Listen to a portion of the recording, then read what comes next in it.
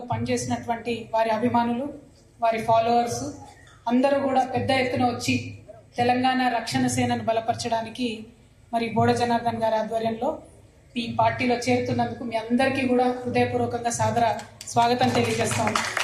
మరి అదేవిధంగా రియాజ్ అహ్మద్ గారు, హెచ్ఎంఎస్ అధ్యక్షులు, సెక్రటరీ గారు, అట్లానే మన టీఆర్ఎస్ పార్టీలో గౌరవ సీనియర్ నాయకులు, అట్లానే కోల సీన్ అన్న గారు, రూప్ సింగ్ అన్న గారు, అన్నతో బోడ జనార్దన్ అన్నతో చేరుతున్నటువంటి నాయకులందరికీ హృదయపూర్వకంగా మళ్ళొకసారి స్వాగతం, సుస్వాగతం.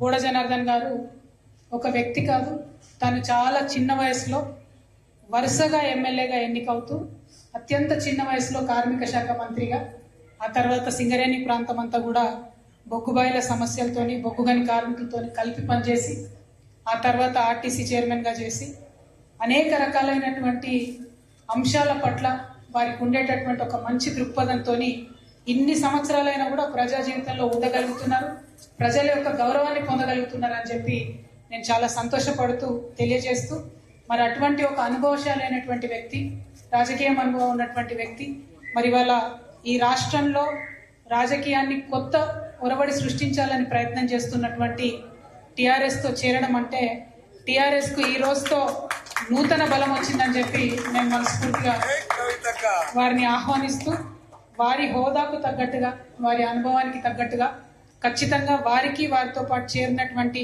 ప్రతినిధులందరికీ కూడా ప్రాధాన్యత ఉంటుందని చెప్పి ఈ సందర్భంగా నేను తెలియజేస్తా ఉన్నాను. మరి అదేవిధంగా వారు కార్మిక శాఖ మంత్రిగా ఉన్నారు. ఈ రాష్ట్రంలో మొన్ననే ముఖ్యమంత్రి గారు కార్మికుల కోసం అనౌన్స్మెంట్ చేసిండు. ఏమని? మేము మినిమం వేజ్ ప్రైసెస్ ని ఫిక్స్ చేస్తున్నాము, ఇన్నేళ్లలో ఎవరు ఫిక్స్ చేయలేదు, మేము చేసినామని చెప్పారు. కానీ శుద్ధ అబద్ధం చెప్పారు ముఖ్యమంత్రి గారు. ఒక 6 ఏళ్ల కిందట గౌరవ ముఖ్యమంత్రి గారు, అప్పుడు ఆయన ఎంపీ మల్కాజ్గిరిగా ఉన్నప్పుడు, ఆనాడు ఉన్నటువంటి ముఖ్యమంత్రి గారికి ఒక లేఖ రాస్తాడు. ఏమని? మినిమం సపోర్ట్ వేజెస్ 20,000 గ్యారంటీగా ఉండాలని. ఆయన ఏ కేటగిరీకి అయితే 20,000 ఉండాలని రాసిండో, ఇవాళ అదే కేటగిరీకి 18,000 ముఖ్యమంత్రి గారు అనౌన్స్ చేయడం జరిగింది, 16,000 ముఖ్యమంత్రి గారు అనౌన్స్ చేయడం జరిగింది. అంటే ఒక 6 ఏళ్ల కింద కోవిడ్ లో 2020 సంవత్సరంలోనే 20,000 ఉండాలని రాసిన ముఖ్యమంత్రి గారు అదే కేటగిరీకి 6 ఏళ్ల తర్వాత 4,000 తగ్గించి 16,000 ఉండాలని చెప్తున్నారంటే మరి ఆయన ఎంత అబద్ధం ఆడుతున్నారు, ప్రజల్ని ఏ విధంగా మోసం చేస్తున్నారు అన్న విషయం స్పష్టంగా అర్థమవుతుంది. అదేవిధంగా సింగరేణి గురించి అన్నకు తెలుసు, రియాజ్ అన్నకు తెలుసు, ఇక్కడ ఉన్న మనందరికీ కూడా తెలుసు. దోపిడీకి గురవుతున్నది సింగరేణి. కంప్లీట్ గా కార్మికుల యొక్క చెమటను, రక్తాన్ని పీల్చుకొని తినేటటువంటి పరిస్థితి ఉన్నది. ఇవాళ మామూలు దోపిడీ కాదు. ఒక సోలార్ పవర్ ప్లాంట్ పెడితే ₹1 జరగాల్సినటువంటి పనిని 10 రూపాయలు వాల్యుయేషన్ చేసి బీభత్సమైనటువంటి దోపిడీకి ఇవాళ కాంగ్రెస్ ప్రభుత్వం తెరలేపుతున్నది. అదేవిధంగా ఏదైతే డిపెండెంట్ ఉద్యోగాల మీద మనందరం తెలంగాణ వస్తే సింగరేణి బాగుపడుతుందని చెప్పి సాధించుకొని, తెలంగాణ వచ్చిన తర్వాత డిపెండెంట్ ఉద్యోగాలను ఏ విధంగా అయితే సాధించుకున్నామో, ఇవాళ డిపెండెంట్ ఉద్యోగాలను మొత్తం పొడగొట్టేటటువంటి ప్రయత్నం కాంగ్రెస్ పార్టీ చేస్తా ఉన్నది. వారికి ఐఎన్టీయూసీ ఇవాళ అధికారంలో ఉండొచ్చు గాక, ఆ చుక్కపాటితో తోకపాటితో కలిసి ఇద్దరు అధికారంలో ఉండొచ్చు గాక, కాకపోతే ప్రతి ఒక్క కార్మికుడి హక్కుని కాల రాజేసిందే ఈ 2 సంఘాలని మనం చెప్పక తప్పదు.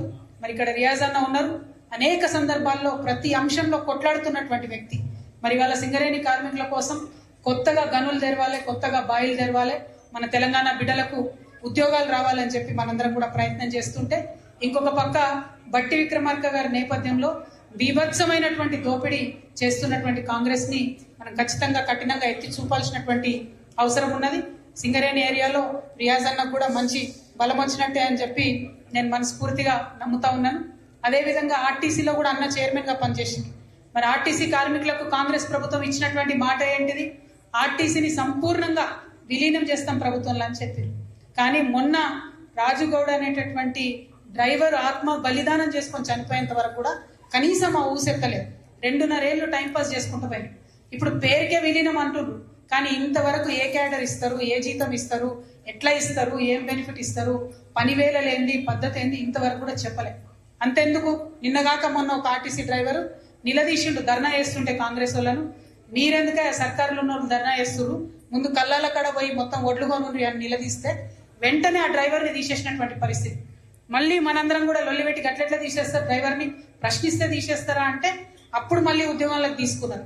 అంటే ఒక కర్కశ పాలన జరుగుతూ ఉన్నది. ప్రతి అంశంలో కూడా ప్రజల్ని తొక్కిపెట్టే పాలన జరుగుతుంది.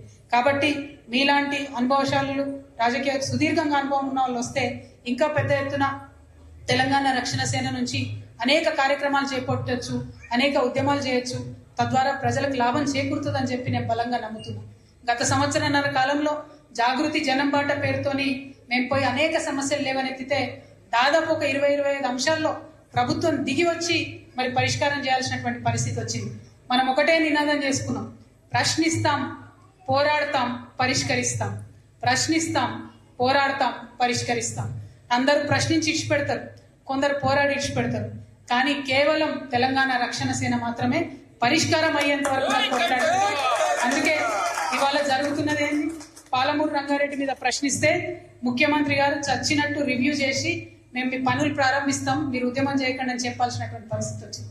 నిన్నగాక మొన్న నల్గొండలో దాదాపు 35 ఏళ్లు పెండింగ్ ఉన్నటువంటి బ్రిడ్జ్ మేము పోయి జనంబాట కార్యక్రమంలో చూసి ప్రశ్నిస్తే నిన్న పోయి మంత్రులు కొబ్బరికాయ కొట్టి బ్రిడ్జ్ పనులు ప్రారంభించినటువంటి పరిస్థితి. ఇట్లా 1-2 కాదు, అనేకమైనటువంటి అంశాలు ఉన్నాయి. నేను తెలంగాణ ప్రజలకు ఈ సందర్భంగా తెలియజేయాలనుకుంటున్నా, సబ్బండ తెలంగాణ వర్గాల గతి మారేటట్టుగా మంచి సామాజిక ఆర్థిక కోణంలో అభివృద్ధి జరిగేటట్టుగా విప్లవాత్మకమైనటువంటి ప్రణాళికను ఒకటి తయారు చేస్తా ఉన్నాం. ఖచ్చితంగా తెలంగాణ రక్షణ సేన నుంచి తొందరలోనే ఆ అనౌన్స్మెంట్ కూడా ఉంటుంది. అద్భుతమైనటువంటి ఒక చర్యను చేపట్టబోతా ఉన్నాం, మంచి ప్రణాళికను రూపొందిస్తా ఉన్నాం. దానికోసం తెలంగాణ ప్రజలందరూ కూడా సిద్ధంగా ఉండాలని చెప్పి ఈ సందర్భంగా పిలుపునిస్తూ, మరి కొత్త రాజకీయ శక్తి వచ్చిందంటే మా ఆడబిడ్డలకు మంచి జరగాలి, మా యువకులకు మంచి జరగాలి, మా రైతన్నలకు మంచి జరగాలి, మా కార్మికులకు మంచి జరగాలి, ఓవరాల్ గా తెలంగాణలో సమసమాజ స్థాపన జరగాలనే ముఖ్య ఉద్దేశంతోనే ఈ కార్యక్రమం, ఈ పార్టీ ఏర్పాటు జరిగింది. కాబట్టి మరి ఈ పార్టీ తెలంగాణ ప్రజల కోసం పుట్టినటువంటి పార్టీ, తెలంగాణ ఇంటి పార్టీగా మారుతుందని చెప్పి నమ్ముతూ, మీ చేరికతోని మరింత బలం వచ్చిందన్న. తప్పకుండా మీ యొక్క అనుభవాన్ని, సేవను రాష్ట్ర వ్యాప్తంగా కూడా వినియోగించుకుంటామని ఈ సందర్భంగా తెలియజేస్తూ మళ్ళీ ఒకసారి సాదరంగా మిమ్మల్ని ఆహ్వానిస్తున్నాము. జై తెలంగాణ, జై తెలంగాణ, జై టిఆర్ఎస్, జై టిఆర్ఎస్. Thank you. మీరు నేమ్స్ చెప్పండి.